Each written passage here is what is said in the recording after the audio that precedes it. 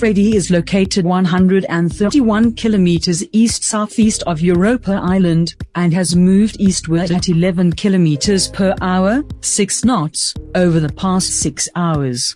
Over the next 12 to 24 hours, Freddy will continue tracking slowly towards the southeast under the steering influence of the strong near-equatorial ridge centered just north of Madagascar. In 24 hours, the near-equatorial ridge begins to weaken while the weak subtropical ridge currently south of 30°S begins to build and extend northwestward. The competing steering influences will result in a weak steering environment in which Freddy will remain quasi-stationary, parked just off the southwest coast of Madagascar. In 2 days the subtropical ridge to the south will have strengthened and extended to the northwest to another subtropical ridge centered over Zaire, establishing a solid ridge across the southwest side of the system.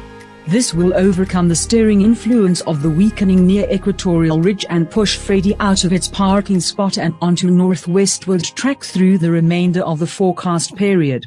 Due to the continued presence of the dry capping layer over the system, little to no intensification is expected in the next 12 hours. The atmosphere moistens up after 24 hours, allowing for more robust convective activity, as the system simultaneously moves into an area of very warm, 30-31°C, waters with moderately high ocean heat content off the west coast of Madagascar.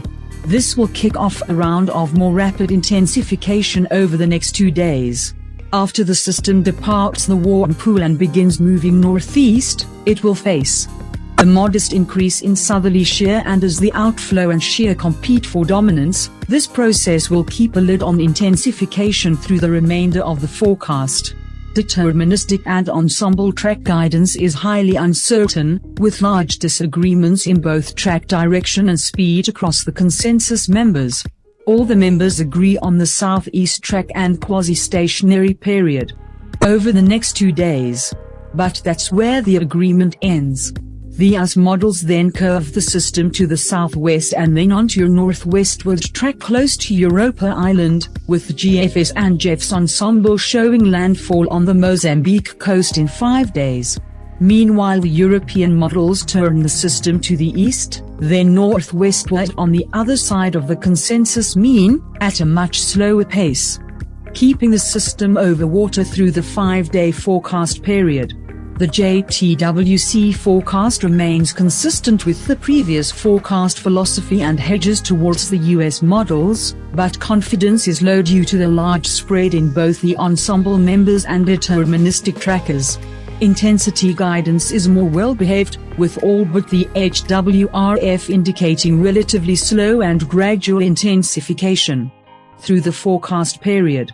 The HWRF however shoots up dramatically after 2 days, to a peak of 205 km per hour, 110 knots, at 4 days.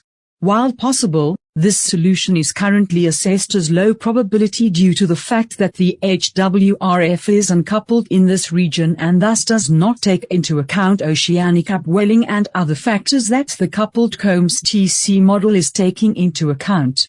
Maximum significant wave height is 5.5 meters, 18 feet.